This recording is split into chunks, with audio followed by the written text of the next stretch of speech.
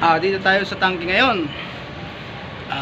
Mag-inspection tayo kung ano nang status ng ating tangke. Ito namin, itong isang engineer namin nag-aayos na ng ilaw. Preparasyon namin to sa annual inspection ng tangke ng tubig.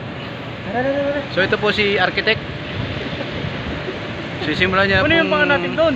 i-double check ang area kung may mga dapat ayusin.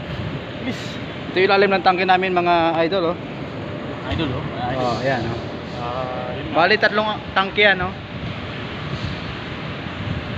So ginagawa namin to ng ganitong oras kasi masyadong mainit dito sa taas. Ayan. So ngayon, oh, linis pa ng tubig sa ilalim, oh. Tayo pasalan natin itong bawat tangke, check natin kung anong condition ito.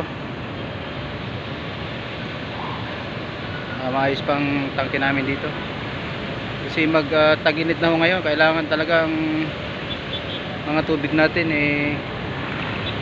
i-save natin, baka may mga leakage dito, so na-inspection natin.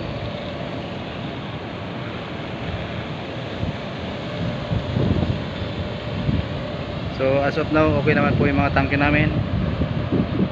Kaya ready sa darating na El Nino.